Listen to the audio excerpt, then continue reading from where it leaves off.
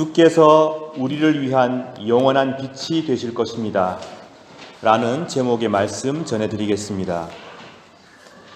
모세가 시내산에 올라갔다가 하나님의 말씀을 받아서 다시 산을 내려오고 그 말씀을 산 아래 백성들에게 전하고 또 말씀을 받으러 산에 올라가고 다시 내려오고 이렇게 출애굽기 19장부터 자세히 살펴보시면 적어도 6번, 좀 많게는 7번 정도 모세가 올라갔다 내려왔다를 반복합니다.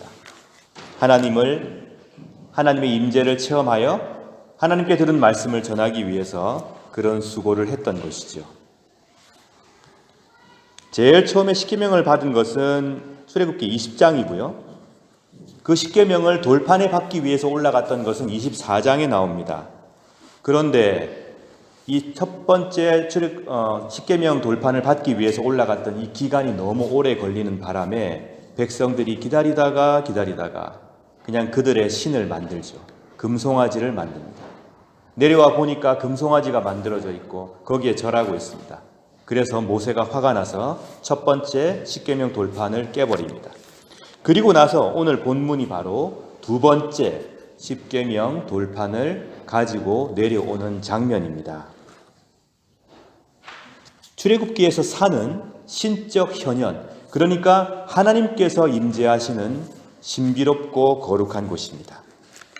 산은, 특히 높은 산은 하늘과 맞닿아 있기 때문에 신비롭습니다. 하나님의 임재를 체험하기에 참 좋은 곳입니다. 모세도 산에 올라서 하나님의 말씀을 들었고 하나님의 임재를 직접 체험하였습니다. 하나님께서는 신비한 자연현상과 함께 자신을 드러내셨습니다. 그런데 두 번째 돌판을 받고 내려오는 모세에게는 신비로운 자연현상이 아니라 모세라는 사람에게, 모세라는 존재에게 자신의 영광을 드러내고 계십니다. 모세는 몰랐습니다. 하나님의 임재를 체험하고 그분의 말씀을 듣고 내려왔는데 백성들이 놀라는 겁니다. 왜 그랬습니까? 모세 얼굴에서 광채가 났기 때문입니다. 밝은 빛이죠. 백성들은 깜짝 놀랐습니다. 모세는 그 사실을 모르고 있었습니다. 하나님께서 특별한 자연현상으로 나타나신 것이 아니고 모세라고 하는 위대한 선지자의 존재를 통하여 하나님이 자신의 영광과 권능을 지금 나타내고 계십니다. 여기서 광채라고 하는 단어가 나오지 않습니까? 이 아주 재밌는 역사가 좀 얽혀 있습니다. 광채라고 하는 히브리 단어가 카란이라고 하는 명사입니다.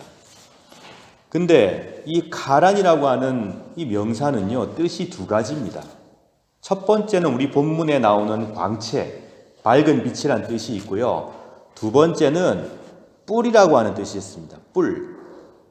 그래서 오늘 본문에는 광채로 번역하는 게 맞지만 같은 단어가 등장하는 시편 69편 31절에서는 뿔로 번역해야 합니다.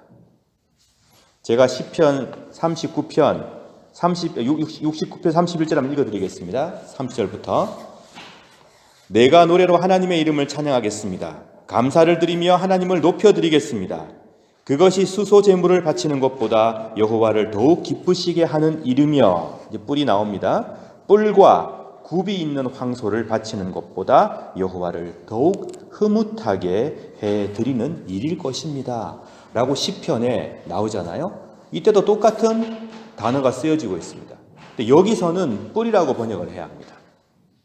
히브리 가란이라는 단어의 이중적 의미이죠. 그런데 이렇게 이중적 의미를 갖고 있다 보니 종종 성경을 번역하는 과정에서 실수를 하기도 하는데요. 그 대표적인 번역 오류가 어디에 등장하냐면 여러분 잘 아시는 라틴어 성경, 구불가타 성경에 등장합니다. 불가타 성경을 히브리어에서 또는 70인경에서 번역을 할 때 이 단어를 라틴어로 뭐라고 번역했냐면요. 코론누타라고 번역했습니다. 뿔들이라고 했습니다. 그러니까 어떻게 되냐면 백성들이 뭐를 보고 놀랬겠습니까? 모세의 뿔을 보고 놀란 것으로 그렇게 번역을 해버린 것이죠. 불가타 성경에서. 그 때문에 중세는 라틴어 성경을 사용하지 않았겠습니까? 그러니 사람들은 모세가 시내산에서 여호와를 만나고 두 번째 돌판을 가지고 내려오면서 머리에 뿔이 난 채로 사람들 앞에 등장했다고 생각했던 것입니다. 이게 참 재밌는 역사가 녹아 있는데요. 그래서 제가 그 증거로 그림을 몇 개 프린트했는데요. 여러분 한번 제가 나눠드린 별지를 봐주시기 바랍니다. 여기 그림을 보시면 여기 그 모세가 십계명을 받는 샤갈의 그림과 밑에 있는 동상은 이거는 다른 거죠. 보시면 이렇게 그림이 두 개가 있죠. 여기 있는 것은 샤갈의 그림이고 밑에 있는 것은 미켈란젤로의 동상입니다. 밑에 있는 미켈란젤로의 동상은요, 누구를 위해서 만든 거냐면 교황 율리오 2세의 무덤 앞에 세워져 있는 동상입니다. 상 피에트르 인 빈콜리 성당이라는 로마에 있는 성당 앞에 있는 조각상이거든요. 여기 보시면 1513년부터 15년 동안 만들어진 것으로 알려져 있는 이 모세 조각상에 모세가 오른쪽에 십계명 돌판을 들고 머리에 뿔이 두 개 나 있죠. 이게 불가타가 잘못 번역한 결과라고 볼 수 있겠습니다.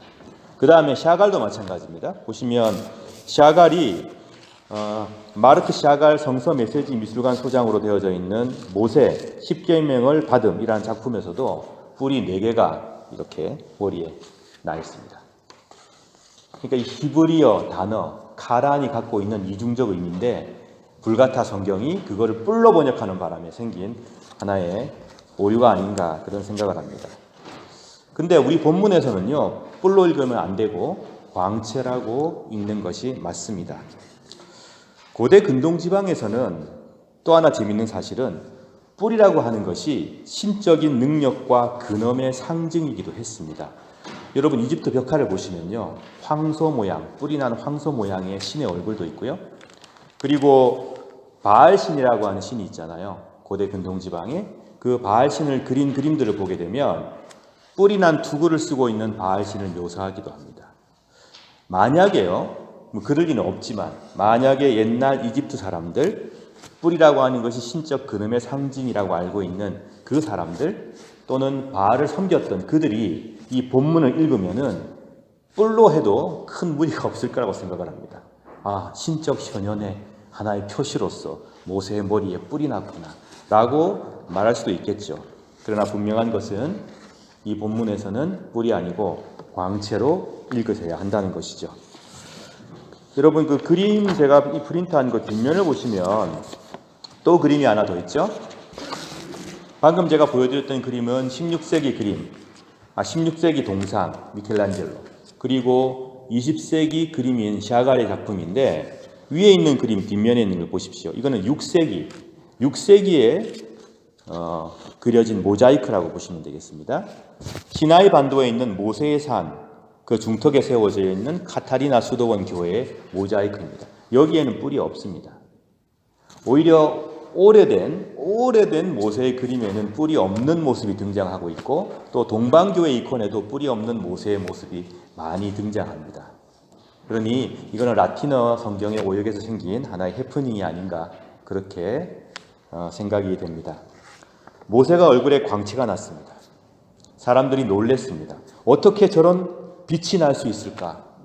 그래서 그에게 가까이 가기를 두려워했죠. 근데 모세가 그들을 부릅니다. 두려워하지 말라고, 가까이 오라고. 그리고는 하나님께 받은 말씀을 십계명과 함께 백성들에게 전달합니다. 왜 사람들은 모세의 빛을 보고 두려워했을까요? 그거는 그 당시에 많은 고대 근동지방의 사람들, 이스라엘 백성도 마찬가지입니다. 신적 현현을 직접 목격한 사람은 죽을 수도 있다고 하는 두려움이 있었습니다. 출애굽기 19장 21절 말씀, 여호와께서 모세에게 말씀하셨습니다. 내려가서 나를 보기 위해 가까이 나오지 말라고 백성에게 경고하여라. 그렇게 하지 않으면 많은 사람이 죽을 것이다. 출애굽기 33장 20절, 그러나 너는 내 얼굴을 볼 수 없을 것이다. 왜냐하면 나를 보고도 살 수 있는 사람은 아무도 없기 때문이다. 이런 말씀들이 나옵니다. 백성들은 여호와를 만나게 되면 그분을 보면은 잘못하면 목숨을 잃을 수도 있다고 하는 두려움을 가졌던 것이죠. 신적인 현현, 그것은 두렵고 떨리는 일이었습니다. 아주 마음을 무겁게 하는 일이었습니다. 두려워하는 그들 때문에 모세는 얼굴을 나중에 수건으로 가릴 수밖에 없었습니다. 여호와 하나님께서는 당시 고대 근동지방의 많은 신들처럼 감히 범접할 수 없는 신, 가리워져서 나타나지 않는 신, 또는 힘을 가지고 있는 권력자들에게만 독점되는 신으로 지금 모세를 통해 나타나시는 것이 아닙니다.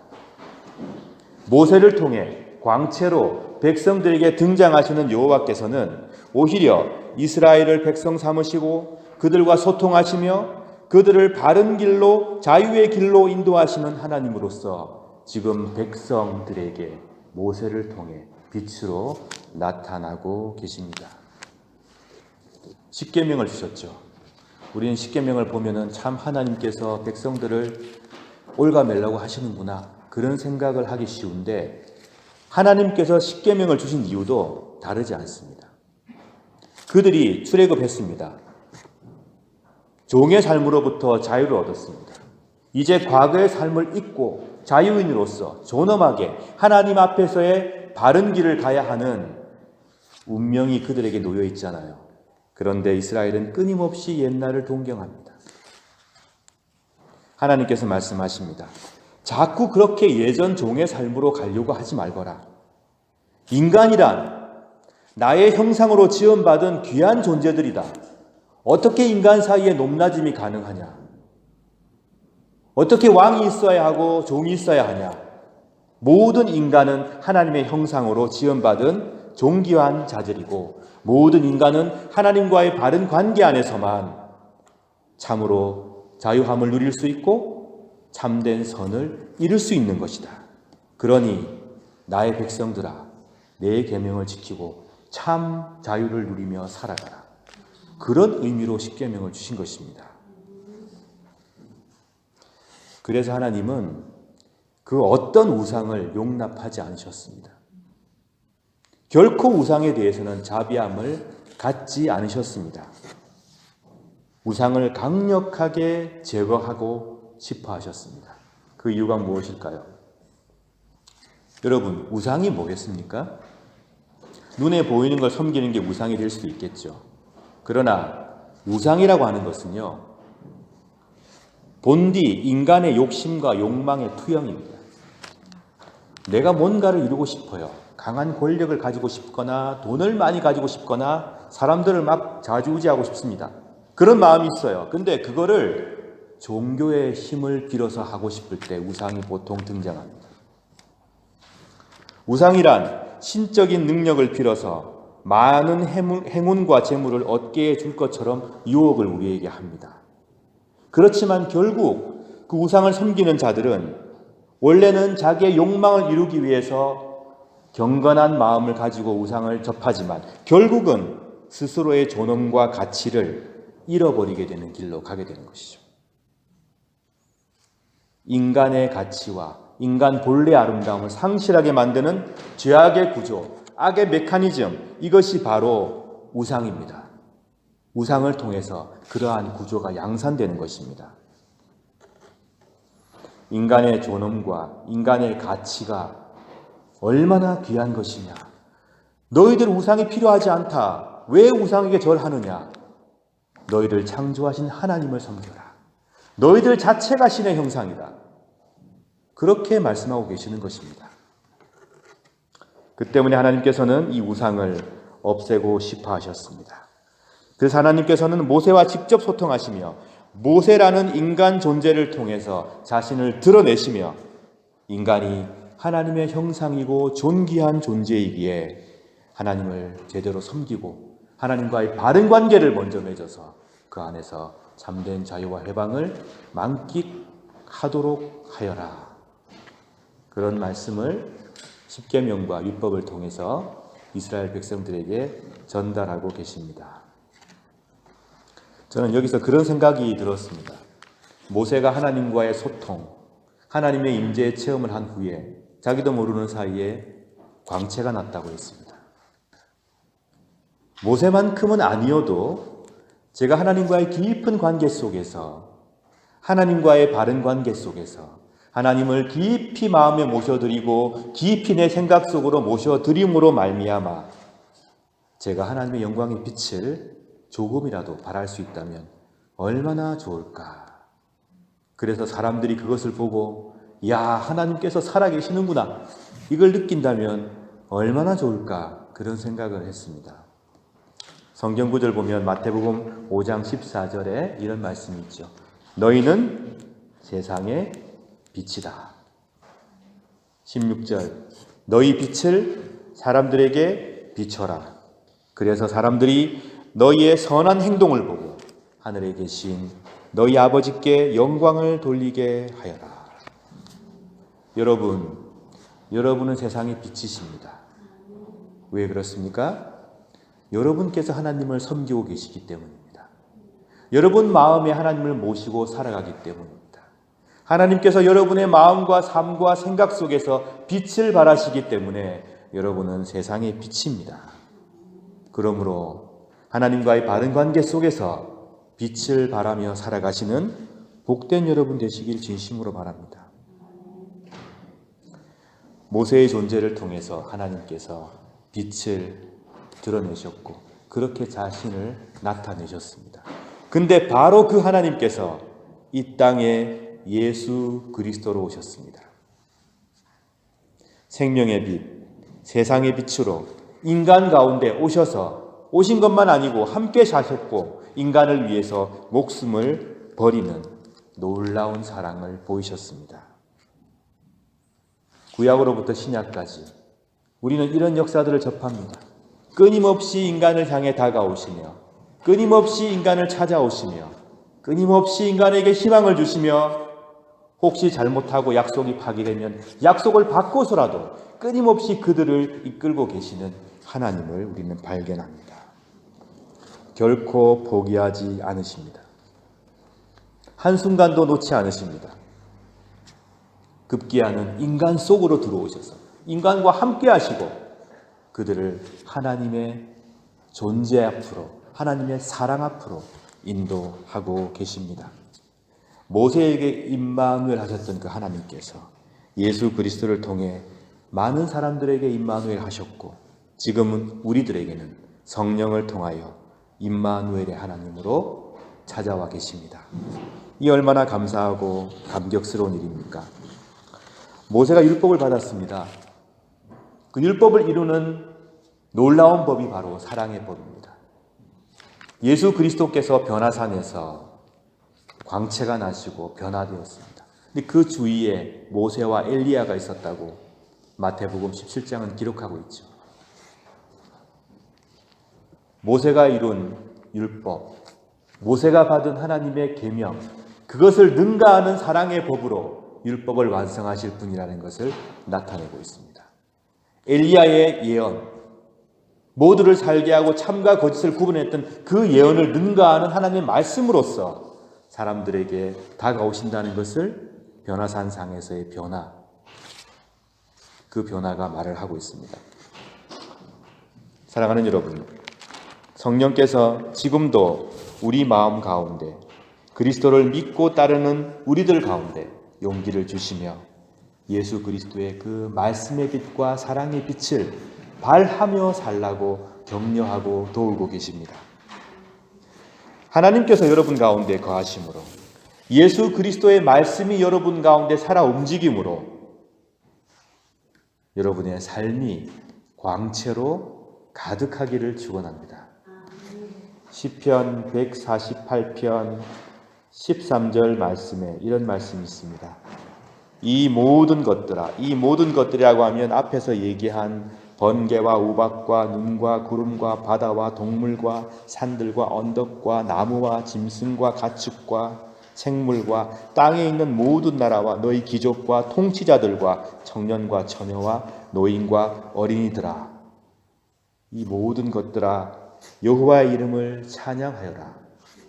그분의 이름만이 위대하며 그분의 영광이 땅과 하늘 위에 빛날 것이다. 하나님께서 여러분에게 영원한 빛이 되어 주실 것이니 사랑하는 여러분, 이스라엘과 이방 모두를 비추는 빛으로 오신 예수님을 더 깊이 사랑하시길 바랍니다. 이 세상의 어둠을 사랑과 자비와 평화와 생명과 정의로 비추시는 예수 그리스도로 말미암아 여러분 모두 빛의 자녀로 살아가시길 진심으로 바랍니다. 혹시 여러분 앞에 어둡고 캄캄한 현실이 다가와 마음이 힘들고 괴롭다고 하더라도 빛이신 예수 그리스도로 말미암아 늘 빛에 거하며 어둠을 밝히고 두려움을 몰아내며 늘 빛 가운데서 행하는 복된 성도들 되시길 또한 간절히 축원합니다. 말씀을 생각하시며 이 시간 함께 기도하겠습니다. 기도하실 때에 하나님의 귀한 공동체를 위해서 노력하고 봉사하는 당신의 귀한 아들, 딸들이 큰 복을 받아 누리길 기도해 주시기 바랍니다. 또한 지금도 남들이 알지 못하는 어려움 속에서 위로가 필요한 도움을 간청하고 있는 하나님의 손길을 바라고 있는 당신의 자녀들 그리고 우리 이웃들에게 하나님의 위로가 임하길 기도해 주시기 바랍니다. 중요한 여러 결정들을 앞두고 있는 대한민국과 또 여러 가지 어려움 가운데 빠져 있는 나라들과 오스트리아의 평화와 한반도의 평화와 이 세상의 평화를 위하여 이 시간 또한 기도해 주시기 바랍니다. 다 함께 묵상 기도 드리겠습니다.